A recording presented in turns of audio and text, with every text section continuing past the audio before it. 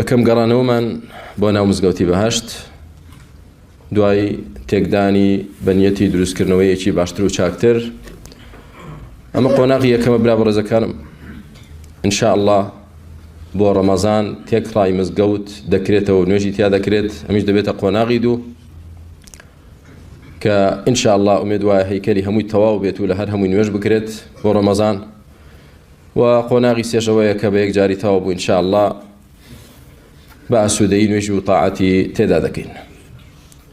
سوپاس بۆ خوای پەروەردگار ئەوەی کە بە خەڵکمان وت دەمانەوێت مزگەوتی بەهەشت بە شێوازێکی گەورەتر و باشتر دروستکەین، ئەوە تا وردە وردە بەرهەمەکەی دەبینرێت.